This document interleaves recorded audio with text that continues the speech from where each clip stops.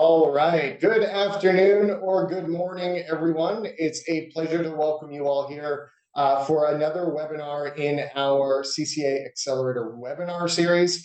Really excited to have you with us today. We are going to be hearing from two content experts about multiple measures and the way that that work is actively being done at SUNY Westchester on campus.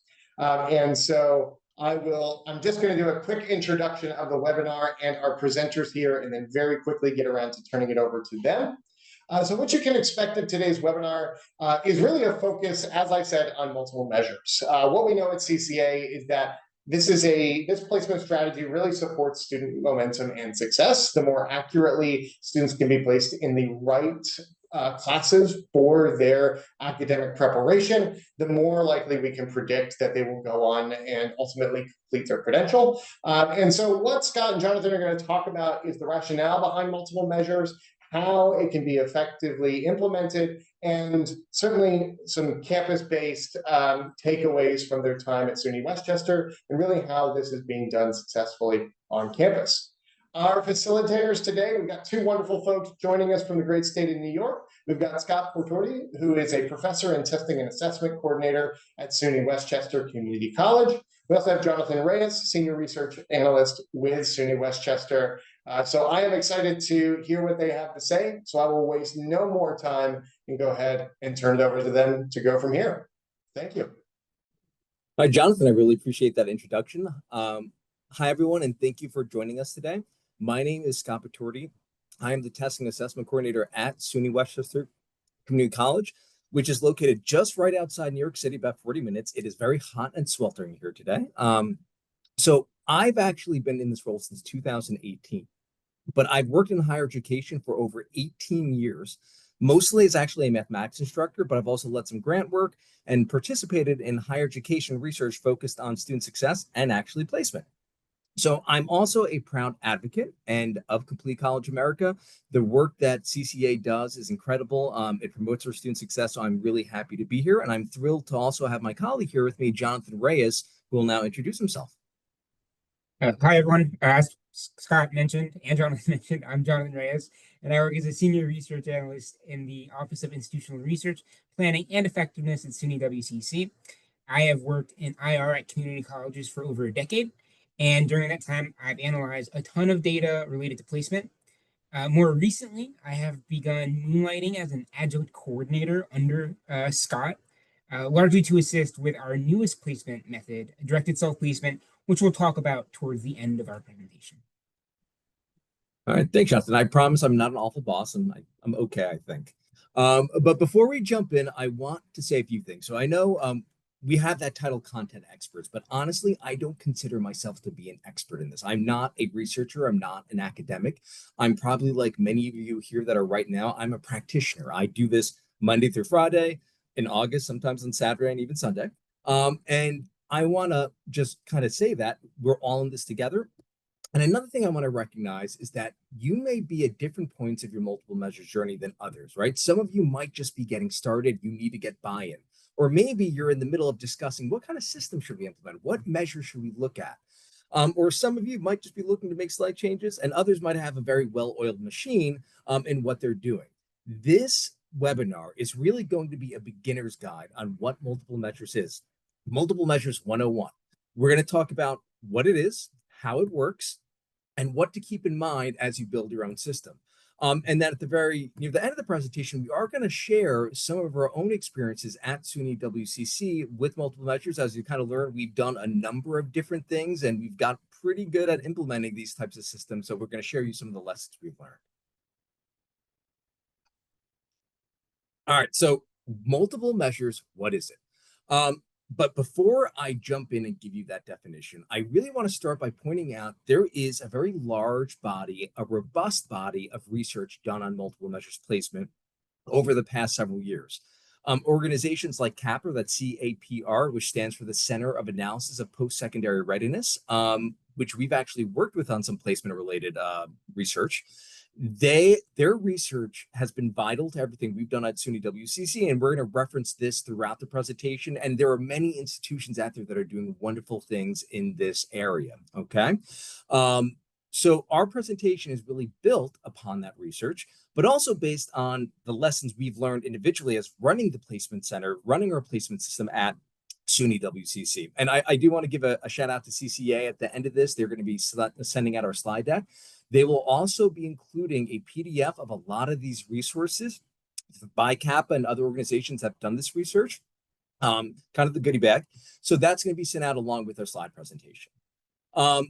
So when we look at the definition of multiple measures, I believe it's a placement approach that recognizes that using a variety of data points like high school GPA, standardized test scores, SAT, ACT, if you have state exams, we have the New York State Regents exams in New York, placement assessments, AccuPlacer, and other data create a fuller, more accurate picture of a student's skills and abilities than just one of those high-stakes single-measure placement exams that a lot of schools have traditionally given, especially community colleges, which is where we are located.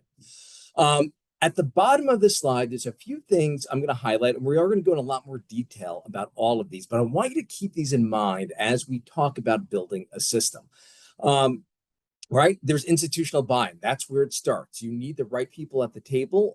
You need that buy-in from your faculty, your advisors, your administrators of why we're going to implement multiple measures and all the good it's going to do for us. There is the type of measures you need to use. What are they, right? And we'll go into detail: GPA, standardized test exams, a whole bunch that you have at your disposal. The system that connects them together, right? I always thought about the measures as the ingredients, right? And you want really fresh, good ingredients. And then the system is the recipe. It's how you put those measures together to really build something that works well. And then this is near and dear to my heart because this impacts me. It's the operational processes of the system you create. It's not only about picking the best data for the best measures. It's how does it work for your students and how does it work for your staff that are actually doing this work on a day-to-day basis? You want to make it as easy as you can for those staff members and for your students. So key takeaway, these all need to be thought about together. You can't just do one of them. It's all how they feed into each other to make something that works successfully for your students and your college. All right, next, please. All right. So talking about institutional buy-in, the big question is, why should you do this? And again, a lot of this is based on the research that is going to be shared, and you'll be able to read a lot of the great findings that they found about multiple measures. So to me, it is a holistic approach, right? Students don't come to us as blank slates. They bring years of education, skills, life experience. We know higher education right now is under increased scrutiny about the value. And to me, we need to recognize the value that students bring to us, right? They have a rich history that we can draw upon to make better informed placement decisions. And by doing that, we're actually valuing the student and everything they've done prior, right? It's not just about us, it's about what do you bring to us and how can we use that to set you up successfully. Multiple measures also helps reduce misplacement. We've seen from the years of the research that these high stakes single measure placement exams often underestimate what a student can do. And this usually leads them to being placed into either developmental course pathways, these long developmental tracks that traditionally have existed. I know there's been a lot of great, amazing work in co-requisite education, which we cannot promote enough. We actually have gone very heavy into it at SUNY WCC for English and math. And we've seen some pretty great outcomes. But the big reason, and I've administered thousands of placement exams, and I'm really fun to bring to a party. I'll talk about placement all day. But when you give these assessments, these AccuPlacer exams, it is a single moment in time. And no matter how much we would tell students, make sure you prepare, make sure you study. We're open enrollment. They come in August. They haven't picked up a book in months. They haven't really prepared. They don't realize the impact that this exam is going to have on their entire academic future. And again, since they haven't prepared for it, it occasionally leads to inaccurate placements. And that's really what a lot of the research showed. Next, I believe it helps promote equity. A lot of these traditional placement models, and when I say traditional, I'm talking about that single measure placement exam. They have disproportionately placed low-income students or students of color into remedial coursework. And there's a number of reasons why this may be the case, right? Test bias. It could be because some don't have equal access to preparation that other students might have. Multiple measures helps alleviate that slightly because it uses a broader and I believe a fairer set of indicators, right? You're looking at their high school GPA that every student's going to bring to you. And finally, this connects directly to retention and completion. When students are placed into a course that provides them the right supports that they feel they belong in, they're more likely to stay enrolled, stay motivated, and actually finish what they started, right? If you're in these long developmental tracks, sometimes it's not even the work that gets in the way, it's life gets in the way. So by getting them into the right support, the right classes with the right support, it gets them motivated and able to succeed. So talking about why do it, this connects directly into the next slide, which is the buy-in, right? Now you know why we kind of should consider multiple measures, what a lot of the research shows works. But then how do you do this when you do the buy-in, right? So to me, this is not just about multiple measures. This is legitimately any initiative you run at your college. You need buy-in, all right? And especially need buy-in from the stakeholders that it's going to impact. This is not something you could just do in a silo. Or as a kind of colleague of mine likes to say, they call them cylinders of excellence, but it's still a silo. It takes a cross-functional team to actually help design this, implement it, then run it, right? So again, buy-in starts with making that case, going back to those 4 points we looked at before. And the good news is you do not have to start this from scratch. There is, as I said, a lot of solid research. We're going to send that to you, done by CAPRA. CCA has a lot of amazing resources that are available to you that show multiple measures work. Take this, and if you're in the stage of getting buy-in, disseminate it. Get it out, give some homework to people. I mean, if we make our students do homework, everybody should be doing their homework, and have them read that really shows the impact multiple measures has. Now, I often hear as well that, well, our students are different. And honestly, that might be the case, right? You might be in a really unique institution. But if this does come up, what I've always said is look at your historical data. If you have historical records that have been collecting GPA or standardized testing scores, see if your IR department could run a historical analysis with what data you have and compare it to student course outcomes. This is exactly what we did here at SUNY WCC. Thank you, Jonathan. And what we found was that our students weren't really different from what all the research said. They were very, very similar.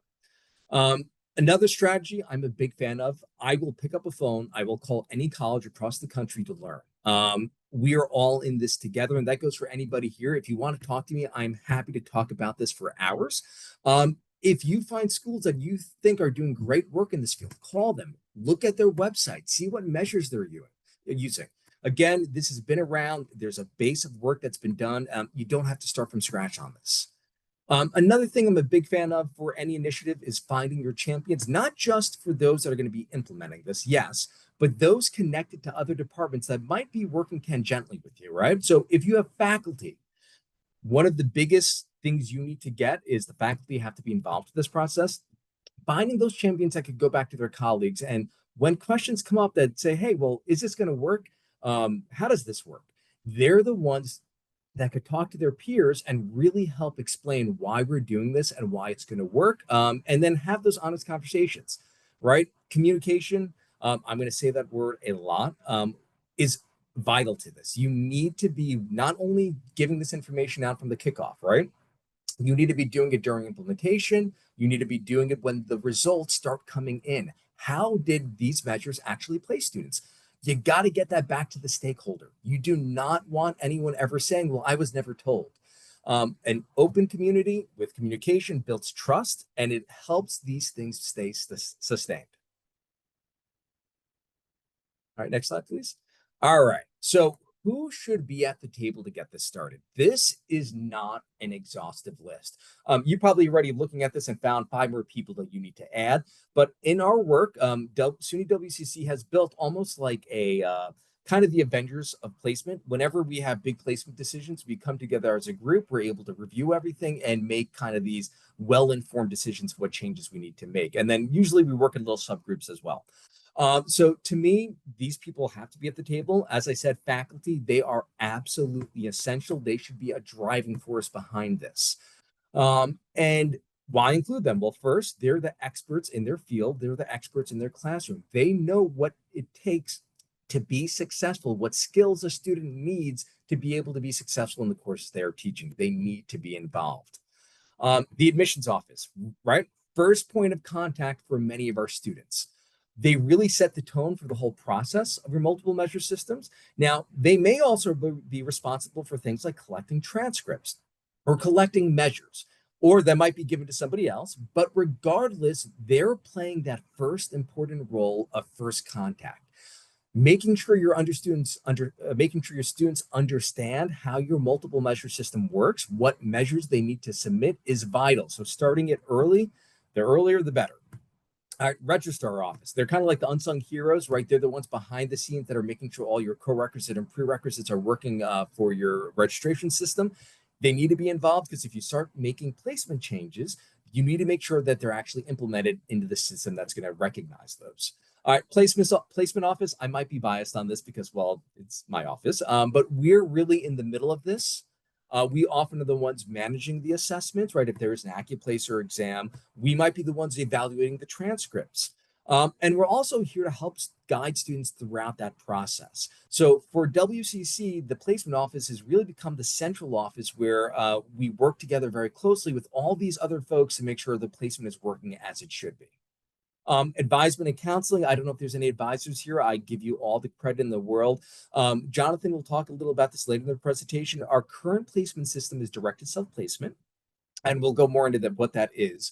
But it involves a conversation with a student. And even if you don't use directed self-placement, multiple measures, or a placement exam, having that conversation is so vitally important. So I've really seen the impact it has on students when they understand why they're being placed in a certain course, what options they have. And we're here to listen to them and make sure we're getting them into a position to be successful. All right, just quickly, IT, be best friends with your IT department. There is infrastructure that may need to be built. They're the ones that are going to tell you what your systems can do and can't do. If you can automate things, and we've tried as much as we can to automate a lot of these processes here at SUNY WCC, they are going to be vital in that component of it. And institutional research, Jonathan, this is why he's here with us.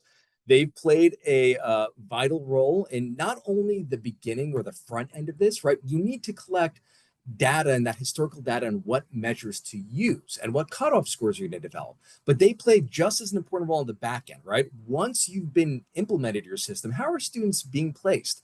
What are the results of their courses? What about a year out?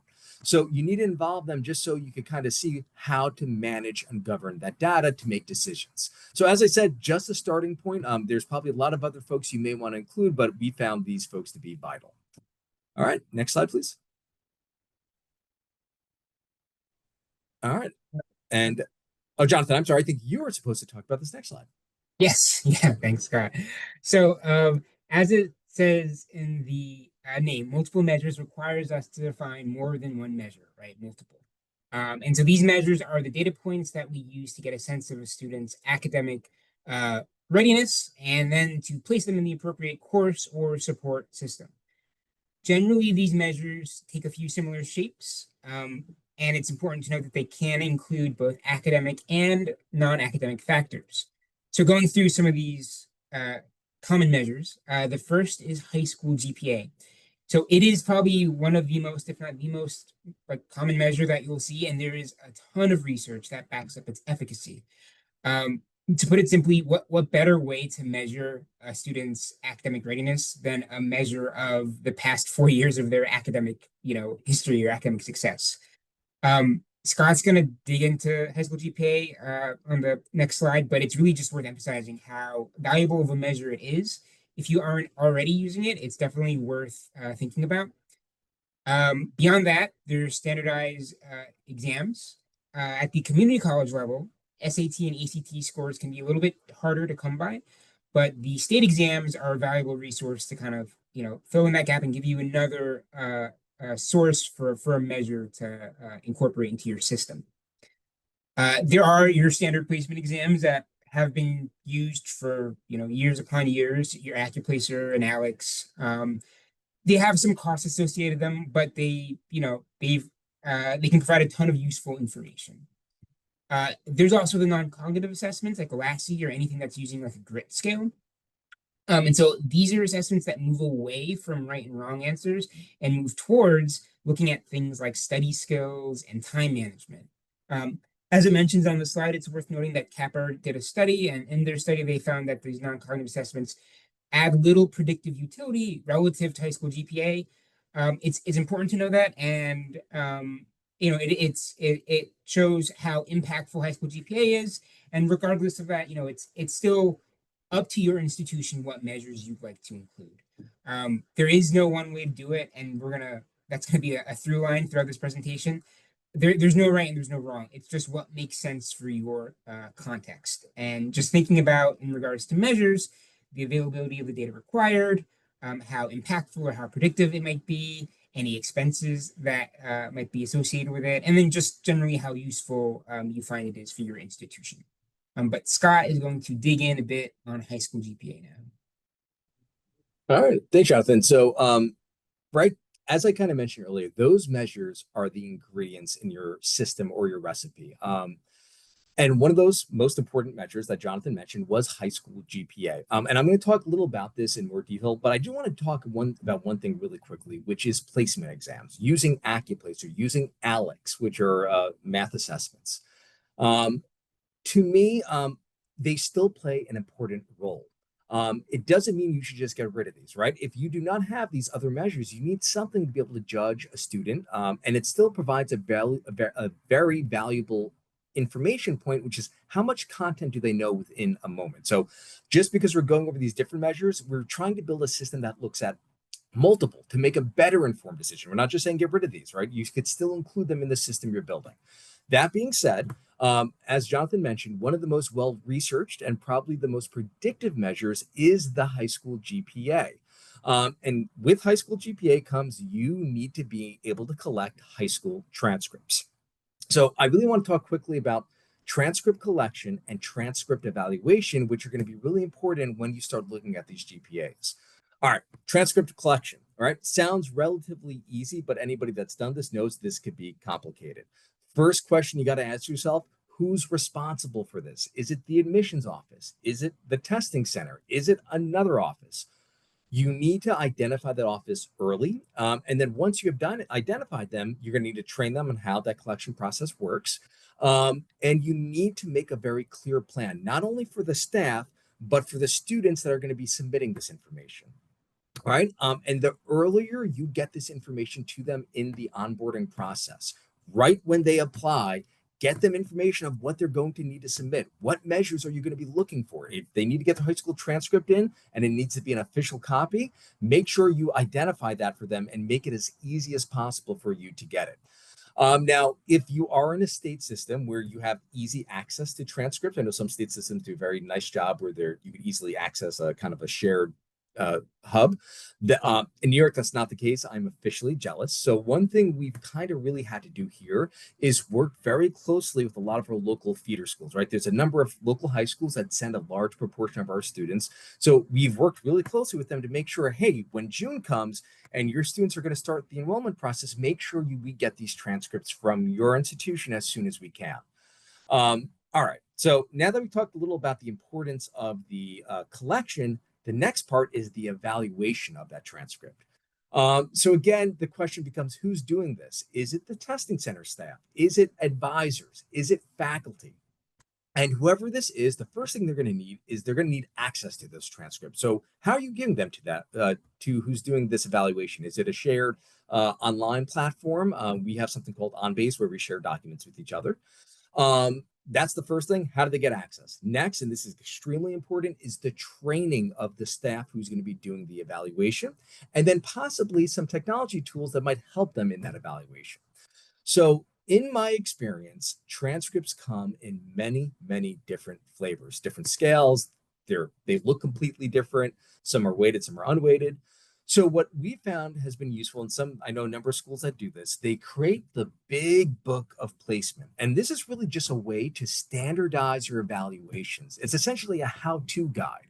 It explains the measures you're using. It explains the system you've created. And if you're able to put these in charts, graphs that visually show how your placement system works, I highly recommend it than just a bunch of words. You want that visual representation. It's much easier to take in. And not only do they have these measures and how the system works and how you get placed into this course, they also include examples of local transcripts that you're going to be seeing, right? As I said, they come in different flavors. So you might have transcript A, which says, hey, you're going to look down here to find the GPA. Transcript B, you look way up here. This is on this scale, this is on this scale. So as you collect these transcripts, be organized, add them to this book or this how-to guide. And then once it's been evaluated, you don't have to start from scratch with everyone you get. You're keeping track of everything. All right. So some other things then is now that we've talked about transcripts, let's talk specifically about high school GPA itself. A lot more questions that you need to answer as an institution. All right. First question. Are you using overall GPA, right at the very end, all their courses combined, or are you using course specific GPA to make a placement decision? So again, a lot of the research that CAPA has done has shows that the overall GPA actually holds up pretty well. And I will say for SUNY WCC, for most of our classes, we do use overall GPA. And the reason is it's much easier to implement, right? When you start looking at course specific GPA, it's more time, it's more effort. But that doesn't mean it doesn't have a place. All right. Specifically, if you're trying to place into maybe some higher courses that have sequential work that comes before them. I teach math, so I'll go to calculus. If you're going to have calculus placement, you may really want to look at their transcript to see, did they take pre-calculus and what was that specific grade in that class to include in the placement decision? So again, overall GPA, or is it course specific GPA? All right, other questions, right? GPAs might be weighted, all right? They have honors classes, AP classes, or they may be unweighted. Which one are you going to use? Are both even available for you? Are you going to use junior year GPA or their final GPA after they've completed their senior year? Now, this is an interesting conversation because junior year allows you to avoid a lot of the bottlenecks if you get the transcript earlier, right? You might be able to get that transcript when they're in the middle of their senior year and you can make some decisions with it, right? But it's not fully complete. Having that senior year, it's going to be more accurate. You have those full 4 years of data points to make placement decisions on, but you also could potentially run into those some bottleneck issues of, are you getting the transcripts in a timely manner? All right, so the next bullet point, I just want to mention this, and the reason is we're going to talk more about this when we go into our directed self-placement. There's a lot less research on this and a lot less guidance on this. But one question you might want to consider is, do you want to use self-reported GPA or are you going to use their official transcript GPA? Right, if you let a student self-report, it could potentially be faster. You could avoid all the bottlenecking as long as they know what their GPA is. But again, this also leads to concerns of accuracy. Are they accurately reporting their GPA if you're leaving it in their students' hands? And actually, not to do spoiler, we'll talk about this a little later when we talk about our direct self-placement. But we know official records, they are absolutely going to be more reliable. They come directly from the high school. But again, think about the time and coordination and make sure you plan being able to get those in a timely fashion. All right, the last thing I want to mention, which I've already talked about, is, again, transcripts come in different scales. In New York, we have a whole bunch of different ones. We have 4.0 scales. We have 100-point scales, which is probably the most common here. We have 5.0 scales. We actually had one school, which was a 4.5 scale. So these are the things you need to document in your big book of placement and say, when a transcript from White Plains comes in, that's a local town by us, and they have a 4.5 scale, we know we have to adjust our GPAs to see where they're going to be going when we do that evaluation. All right. So now that we talked about GPA, we got to talk about something else, which leads to more decisions that need to be made. And those decisions, in my mind, is probably one of the most challenging things. And that is coming off with the cutoff scores that show college readiness or co-requisite placement, or if you still have developmental classes, a developmental placement. And again, Jonathan mentioned this, and I'll say it again, there is no right answer to this, and that's not meant to be a cop-out, but I firmly believe that these decisions have to be driven by your institution, so that buy-in is from your area, right? You have to believe that in what you're picking is created by the faculty that are going to be involved, the advisement that's going to be there, and you need to make sure it's you making the decision. That being said, there are things you could do to help make a more informed decision, a more data-driven decision. So again, a lot of these things are kind of repeating, but again, for us, they became something we relied on. Faculty expertise. They are the experts. They know what it takes to be successful. Now, I do want to mention this, connecting it back to the high school GPA. One thing I found very valuable myself was I specifically asked our math department, our English department, do we have any faculty that worked in any local high schools before they came to us? And if the answer was yes, I said, do you mind if they are part of our team that kind of looks at multiple measures? Or if you don't have any faculty that have that experience, maybe you have a dual enrollment program where you have courses being taught at high school. If you have a faculty liaison who's running that program, they're also great to include. They know the curriculum being taught in the high school. They know what the GPAs represent. So they're a great resource to rely on in making some of these decisions. Other things we've done, I've said it before, historical analysis. If you've been collecting GPAs for the last 5 years, but you haven't done much with it, this is a great time to ask IR, to ask Jonathan, to go and run an analysis to see how did those students do in classes and band ranges of GPA. Right? You can't correlate to, oh, this means success, but it might give you some starting points of where you want to start putting these cutoff scores. Again, connecting with other institutions. A lot of research has been done. I'm sure there's schools around you that have been doing this work. Reach out to them. What's been working? Are you using GPA? What GPA are you using? I've always found most institutions are very willing to share what they're doing. And, don't just copy it, right? But use it to give yourself a starting point. And lastly, back to the external research. When CAPA ran a lot of these when they ran the research, a lot of the schools selected a specific GPA for their analysis, and that's available for you to read. So you're going to see that SUNY WCC may have used a 3.0 GPA for college level placement. So that, again, it will be in the research for you to look at.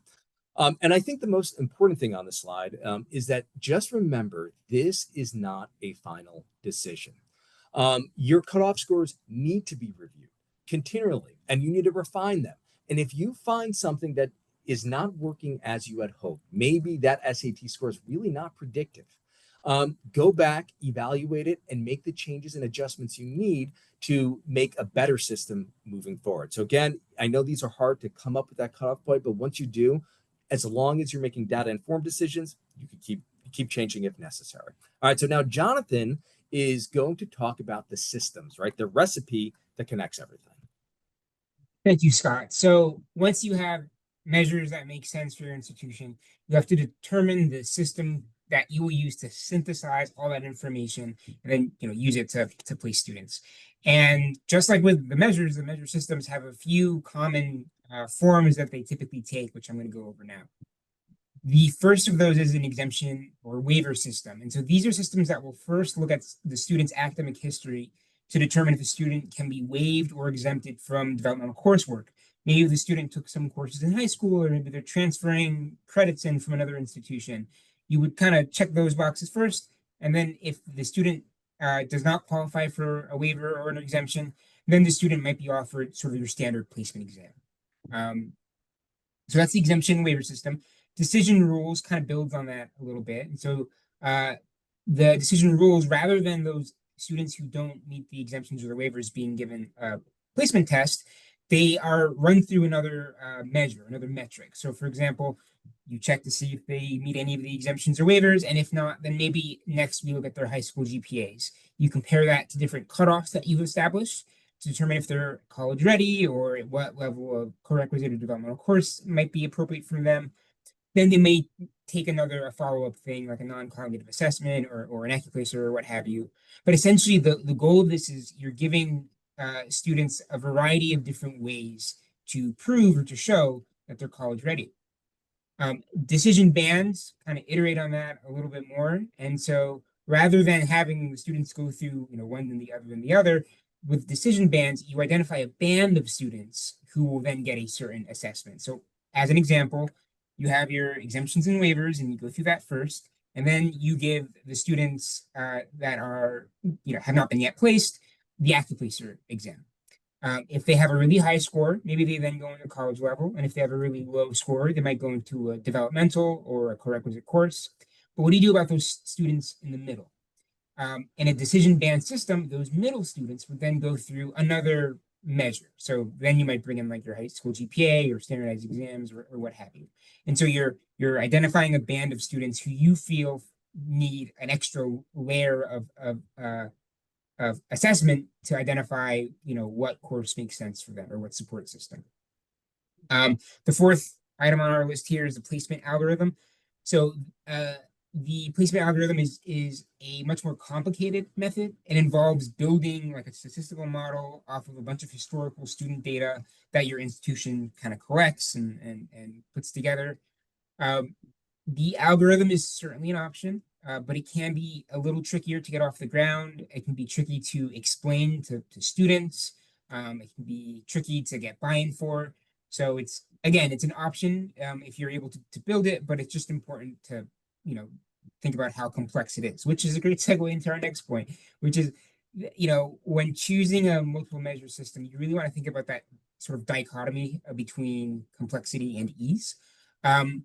You can build like a super comprehensive system that covers 15 or 20 different measures. But then, what happens if that system breaks or it has to be updated? If it's very complex, that process might be very onerous. Oftentimes, it is good to lean into something that maybe is a little less complex, but easier to manage, which then makes it easier to maintain and update. It makes it easier to explain to colleagues and to explain to students. When thinking about your measure system, depending on which one of these or combination of these you settle on, you really want to think about and or logic as well. And so what that means is, with your and logic, as an example, you might determine a student is college level if they have a certain high school GPA and they have a certain Accuplacer score, right? So they need the GPA, high school GPA, and the Accuplacer score. If they do not have both, then they do not meet the placement criteria. By definition, that's a little bit more restrictive, and there's certainly it's a valuable thing to use. It might be used for higher level classes, but there's also or logic. So in that same example, it might be a student is college level if they have a certain high school GPA or they did really well in the Accuplacer. And so again, by definition, that or logic is you'll get more students into whatever that logic is putting students into. Again, there's a place for both for the and the or. It's just a matter of kind of thinking through it and thinking about what makes sense for your institution. Lastly, no initiative exists in a vacuum. No school is in a vacuum. Nothing is ever in a vacuum. Your institution is almost certainly doing a ton of very fun and interesting things with their curricula, and that should be taken into account when you're choosing and designing your multiple measure system. If you have prerequisite courses, do students place directly into those prerequisite courses, or do they place into a developmental course and then they opt into the correct course, or do they place in college level and opt into the correct course? If you have different pathways, if you have a STEM pathway, do those students have the same placement criteria as students who are in a non-STEM pathway, right? You really want to kind of think through this and really plan it out. At SUNY WCC, these discussions are always ongoing. And so, no matter where you are at the journey, it's always good to kind of revisit these things and just kind of recontextualize everything and think how your multiple measure system will apply to your institution. Next, we are going to talk about implementation. So you've got your measures, you got your measure systems, you've got buy-in, you've got all your boxes checked. Now it's time to get it rolled out. And so the implementation process can be pretty daunting, but if you are very intentional in planning for it, certainly doable. The first step is really important, process mapping. And so what that is going through your current placement process and identifying all the different processes that make up your placement process and all the processes that it touches, and then also all the departments that it touches. And so this helps you in a variety of different ways. It can help identify folks whom you need to reach out to from a buy-in perspective, and then also from a keep them looped in terms of communication perspective. By having all your processes kind of laid out, it gives you kind of a starting point to build those processes up and think about how they're going to change. As an example, if you weren't previously collecting high school GPA, now you're going to have to, and that means thinking about, when do those high school GPAs come in? where do they go? How do you get them out? What format are they in? What scales are they using? And, just really kind of thinking through those component pieces to all these different processes. At SUNY WCC, we like to say that our students and our student experiences are North Star, and I think that's true for every institution. And we never want to lose sight of that. And so when you're implementing your multiple measures, system, you want to think about how it's going to interact with students and how students are going to interact with it. You don't want students to get to this part of the onboarding process and hit a wall and be, confused or frustrated. It's really good to kind of think about it ahead of time and try to set it up in a way so that students find it relatively easy to follow. It's also important to think about timeliness. If, they're checking boxes on that onboarding process and they get to placement and then it's like, oh, we got to wait, 2 weeks for this core to come in or this algorithm to process or what have you. That's, obviously going to be difficult for students. And so if you want to shrink that time down. And if you can't, you just want to make sure it's very clear that this is how this part of the process works and that, there's other things students can be doing sort of in tandem with that. Lastly, with this, we want to be realistic about things. At SUNY WCC, we are at capacity, as I think every institution is. There's always so much work to do and never enough time to do it. And so when you're thinking about your multiple measures implementation, you want to keep that in mind. How do we roll this out in a way that we can facilitate it without, being overly burdensome to our employees? That might mean leaning towards a less complicated implementation or a less complicated system rather than a more complicated one, just so that things are manageable. It might mean reaching out to your IT folks to see if they can help out with automation or batch uploads, rather than going in and typing in each student's, placement manually. Maybe you can kind of put it all together and then send it into your student information system in one go with a batch upload. So that's a little bit about implementation, and now we're going to move forward to the outcomes and the consequences. And a lot of this is derived from things that Scott and I have seen at SUNY WTC and things that we've heard about at other institutions. There's undoubtedly going to be some changes that happen once you implement multiple measures. One of the big things is a shift in course enrollment. This will mostly impact your developmental, your college level, and your co-requisite courses. If you're seeing more college level placements, that then means that you will have to increase the number of those sections that are running, which has implications for space utilization for the faculty or adjuncts that are teaching those courses. And then conversely, that might mean less developmental sections running, which again has impacts on faculty and adjuncts. You might, see a change in co-requisite classes as well, which, that can have a lot of, downstream effects. It's really important to kind of monitor all of these kinds of things as the enrollment is ongoing once you are going through your implementation of this, because there will be unforeseen changes and you want to hop on those pretty quickly. Depending on the system you adopt, there will probably be some changes in cost that can be monetary. You might be spending or saving money depending on what you're requiring students to do and how the system is built. There will almost definitely be an HR cost. So, someone's duties are going to shift in some way. And so you want to be aware of that. You want to make sure that, like, if you have a more complicated placement system, you might need more student counseling. And so you would have to allocate staff appropriately to handle that. Scott and I, again, we've been through this a bunch of times, kind of a lot of times.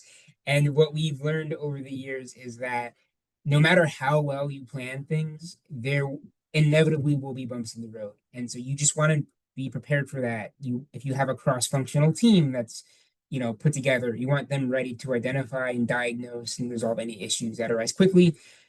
Part of being able to do that is data. So I work in IR, so data is near and dear to my heart, and I have to mention it, and I'm happy to. Data, it's always important with these sorts of things. You want to go into it with some idea of the metrics that you want to monitor, and then be able to sort of, change those metrics or add on to those metrics or lose those metrics as you're kind of going through this, and really just stay agile.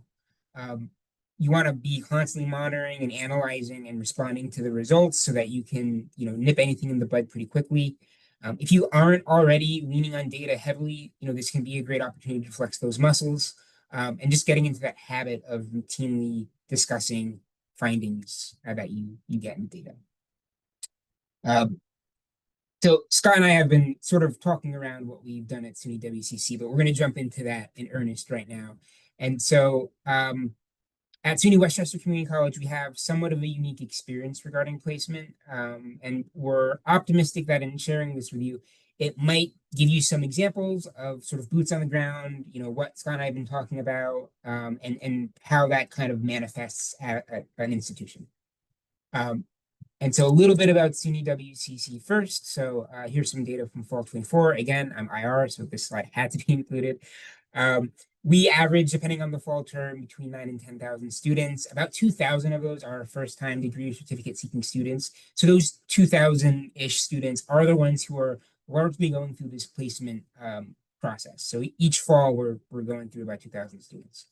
A bunch of fun data on this slide. What I want to call your attention to is that we are very proud at SUNY WCC to be the first Hispanic serving institution designee in the SUNY system. With about a little less than half of our student population is Hispanic or Latino. We're about 50-50 full-time, part-time.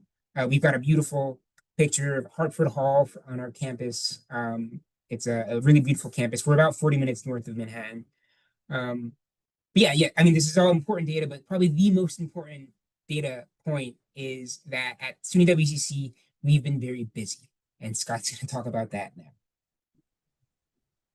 All right, thanks, Jonathan. And I think busy might be an understatement. I promise you, when I started this position, I had a lot more black hair. Now it's a little more gray. But it's been an experience, I think, a just fantastic experience that has always kept us busy, engaged, and continually learning. So I'm going to go through this a little quickly, and then we are going to go in detail about each of these. I mean, we're running out of time. So prior to 2016, we were like many other community colleges. We relied on a high-stakes single measure placement exam. For us, that was AccuPlacer and a homegrown essay. And mostly all of our students took this for placement purposes. And then beginning in 2016 and 2018, we, along with a number of other SUNY institutions, implemented a multiple measure placement algorithm that Jonathan will talk about in a bit more. But then in 2019, we switched to a system using exemptions and waivers. And honestly, the original plan was to use this for a while. But then in spring 2020, as we all know, the pandemic hit, and we had to not only rethink how we provided education, we had to rethink placement. So our response to that was to adopt something called directed self-placement, guided self-placement, informed self-placement. We've been doing it for 5 years. It probably gets a webinar on itself. But I think the big takeaway is we've done a lot here, and we've done a lot of the systems that Jonathan had covered earlier. So we just want to quickly go over kind of what we learned and what we saw by doing these. Yeah, great. So kicking it off, we got our placement algorithm. So in fall 2016, SUNY WCC was approached by the Center for Analysis of Post-Secondary Readiness, or CAPR, to participate in a study that centered around testing the efficacy of using a multiple measures placement algorithm. As Scott mentioned, previous to that, we were a single measure school. And so as part of our participation in this study, we supplied a ton of historical data to CAPR, who used that data to develop an algorithm. The data included high school GPAs, some standardized exam scores, years out of high school, a bunch of course outcomes data, and a whole bunch of other things. So we gave all that to CAPR, and then they built this model, this algorithm, and then they shared it with us. And so there's a randomized control trial. So half of our incoming students were placed using the algorithm, and then half of them were placed using our standard single measure placement. Overall, it was a very positive experience, but there were some challenges. The main one is that the algorithm was very complex. It was a little bit of a black box. It was hard for counselors to explain to students how or why they were placed where they were placed. Had it not been for CAPR kind of managing that algorithm for us and building it for us, like, we wouldn't have been able to do that on our own. And so the complexity was really a tricky thing with that. But again, overall, it was a really positive experience. As a byproduct of this study, we moved away from hard coding specific placement criteria directly into course requirements. So like we used to have for all the gateway math courses, an actual AccuPlacer score was hard coded into the course. And if we ever wanted to change that, we'd have to go into each course and change that numerical value. As part of the study, we moved away from that and moved towards placement codes. So the in each of those courses, it was a placement code. And so if we wanted to make a change, we just had to change the one placement code, and then that would change it in all those other courses. It's a relatively minor thing, but it helped kind of set the stage for what's going to happen next over the next couple of slides. Generally, we just saw that multiple measures was preferable to single measure placement. We saw a 25 percentage point increase in college level English placement, and a 10 percentage point increase in college level math placement. We saw increases in college level completion within a year. All of this pointed us to the conclusion that multiple measures was way preferable to single measure placement. And so the study lasted for a few semesters, and then the college was left with, how we wanted to proceed. I think, Jonathan. So I think you really stressed the great point about the algorithm. Having a conversation with the student was complicated to say, well, if you retest, we think that's the reason you're going to get placed higher. We weren't sure on how the variables were weighted and how placements would change. We used to call it the magic buckets in my office because it was magic, you got a placement. So when we thought about where we wanted to move, we wanted to pick something talking about that ease and complexity you brought up earlier, Jonathan. We wanted something a little on the ease instead of the complexity. So we essentially created an exemption waiver system. And this was, again, led by our faculty and the ones to determine what measures to use and what cutoff scores to have. So these waivers included things like GPA, a 3.0 GPA, SATs, ACTs, and New York State Regent scores. And if a student brought any of those measures in and met those cutoffs, they were considered college ready. And to be clear, we did have some more specific rigorous waivers for higher level classes, right? Our calculus had more rigorous requirements. Maybe it was 3 Regent scores instead of just 1 Regent score. For those that did not meet any of the waivers or did not have any of the measures, which was a lot of our students, we continue to use our traditional placement exam of AccuPlacer and our in-house essay.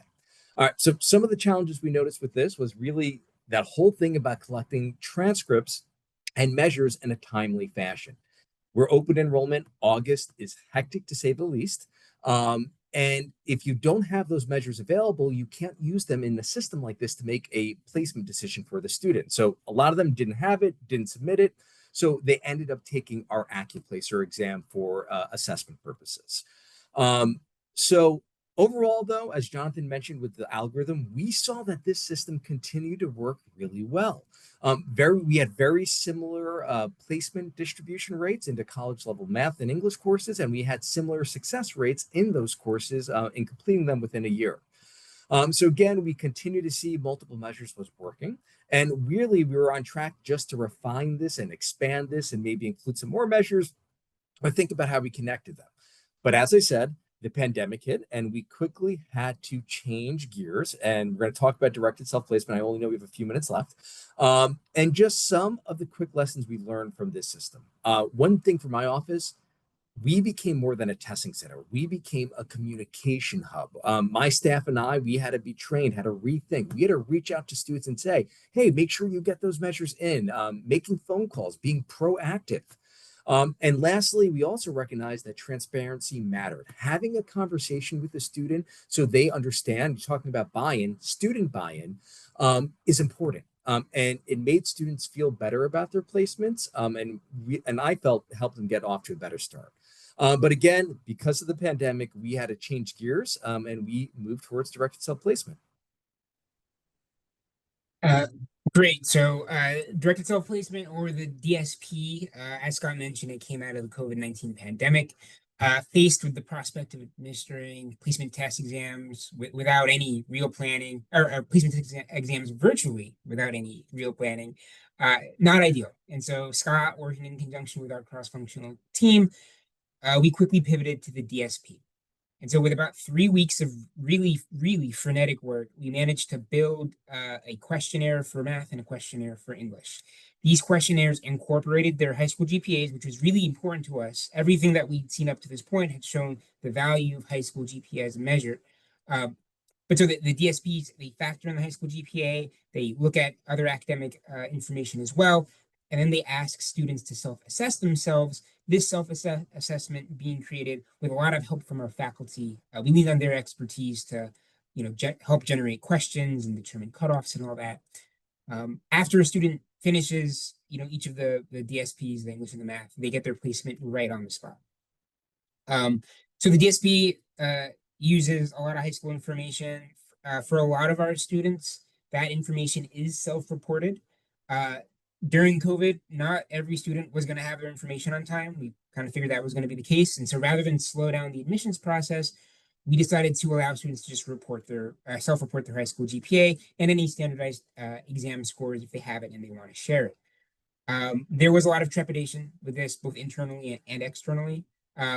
But we've been able to analyze a lot of that data. And what we've seen is that about 75% of our students are reporting their information accurately, with about 15% of the students underreporting that information. I'm going to circle back to this in a few points, but keep that in mind. Building the DSP was pretty difficult. It's a pretty complex system. The way that we sort of determined it would work is the students enter all that academic information, they do a self-assessment, and then in real time, the results of each of those are compared to each other to generate that placement. I was brought in to the project once it was determined this was what we were going to do, because they were going to use Qualtrics, and I have a lot of experience with Qualtrics, which is a survey tool. And so, Scott and I were able to kind of work together to build this in relatively short order. It was a lot of nights and a lot of weekends, but we got it done. And because we had this knowledge at our institution, the complexity wasn't as big of a stumbling block as it might have been for other institutions. Just generally, like a good rule of thumb, if you've got the skill set at your institution, lean into it. Could save a lot of time and money and a lot of headaches. There was some concern about self-assessment in regards to equity bias. Do all students self-assess themselves accurately? We can't answer that question, but what we have seen is that both our college level placements in English and math and the completion rates for those courses have risen and leveled out among the different groups of students where we've disaggregated that data. The students that have seen the biggest increase are our older students and our Black or African American students. And those increases are in both that college level placement and then completion of a college level course within a year. The DSP is the latest step in our placement journey. It has really shown us the value of iteration, both on the macro and the micro level. At the macro level, as you can see, our placement methodology has changed a lot over the years. We've constantly iterated off of what we did before. But even on the micro level, DSP itself has changed drastically since the first version of it. I mentioned that self-report. And so what was interesting is a couple semesters after we implemented the DSP, Qualtrics, the tool that we used to build it, added some new functionalities, which allowed us to take the high school GPAs from our student information system and pipe them into Qualtrics. And so the current version of the DSP will actually use those official high school GPAs for students who have that information submitted. For students who don't, we still rely on the self-reported data. Ultimately, our goal here is to improve the accuracy and the usability of the DSP, and we've consistently tried to do that, and we'll consistently keep on trying to do that. And now Scott's gonna talk about some lessons learned. I do want to recognize that it is 2:00, and if you do need to leave, I really want to thank you for taking the time to come here and hopefully learn something. If you ever have questions, please reach out to us. We only have one more slide to go. Jonathan, other Jonathan, is it okay we keep going or? Yeah, yes, indeed, Scott. Please feel free to wrap up with the lessons learned, and we will capture this in the recording for folks who have to go on to other meetings. This will be shared with the community as well. All right, perfect. Thank you so much. Yeah, so again, a lot of these words are going to be words we've mentioned a lot, but they have been just vital for us to being able to implement these iterations of these different systems and implementing them, what I believe to be relatively successfully for both our students and, just as important to me, my staff, right? We're the ones who are burdened with a lot of this work. And through training and through clear communication, we're able to transition to these different systems and our new roles to support that. So again, communication, you got to communicate with your students early. You got to let them know how the system works, what measures they need to submit, and how to submit them. Another thing I do want to mention, this relates mostly to the work we're currently doing with directed self-placement. Directed self-placement is a very holistic approach, and it moves placement away from just being a test score to a conversation. Now, we have ours kind of on guardrails, where the answers to the questionnaire do generate a placement, but we've worked really hard with our counseling department, which is why I shouted them out, to have these conversations with students to say, is this the right fit for you? Is this co-requisite course that's going to provide this extra help the right fit, or is the college level? And if it's not, what options do they have to try to switch between placements, both upscale and going to a higher level placement, but also maybe, hey, maybe that college level class I haven't done, I've always struggled with writing. Maybe I want that co-requisite class. So making placement a conversation has really kind of changed the dynamic, I believe, at SUNY WCC. Review your data. Can't stress it enough. You need to be able to look at how the outcomes or those placement distributions are, course outcomes, gateway course completion rates within a year. And you need to use these indicators to see what's working or not working. And it's not just about the measures. Don't forget about the processes. Don't forget about where are students bottlenecking. Again, you got to keep your ears open, listen to your students to see where they're struggling. And then the last thing, which is what Jonathan said, is iterate, which we've done a lot of. But not only have we used different systems, but we've tried to improve on every system we've done every year. And don't just say, hey, let's improve everything. It's too much. Pick one or two things that really stand out that you have been able to see from either the students' responses or from the data about the measures you're using. Pick one or two things and make that what you're going to change. And then after you change it, measure is there differences and what other things then jump out to you that need to be adjusted. All right, we're all at capacity, but if you do it incrementally, it's doable. And the last thing I want to say, and it's something I'm just very proud of at SUNY WC, and we still have a long way to go in this conversation, but we have started a shift away from this deficit mindset that students don't know, that students don't understand, to what can we do to support our students? What do they bring to us to make a placement decision? Explain that placement decision to them. Is that the right fit? And get their agreement. And then what can we do for you to be successful once you're in that class? And we still have a long way to go and a lot more changes and a lot more gray hair to get. But I just wanted to kind of pass these along. And I think Jonathan will take the last slide that talks a little about the research. Yeah, thank you. Yeah, so just real quick, there's a lot of research that's out there and toolkits. CCA will be sending that a PDF that Scott mentioned at the beginning of the presentation out to everyone after this is complete, along with our slide deck.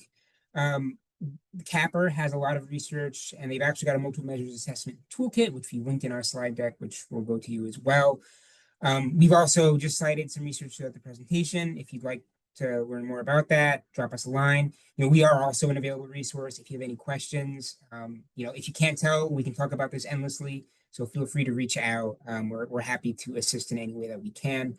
And yeah, I guess with that, we just like to thank all of you for taking the time to sit with us today, and hopefully you've gotten some good information. Again, here's our contact info. If you have any questions, feel free to reach out. All right, thank you. And I want to say just another heartfelt thank you from the CCA team to both Scott and Jonathan for sharing your time and insights today about the really good work happening at SUNY Westchester. So thank you to everyone who was able to join us. We have recorded this session, so we will be circulating both the recording as well as the materials for this presentation. So thank you, and I hope you all enjoy the rest of your day.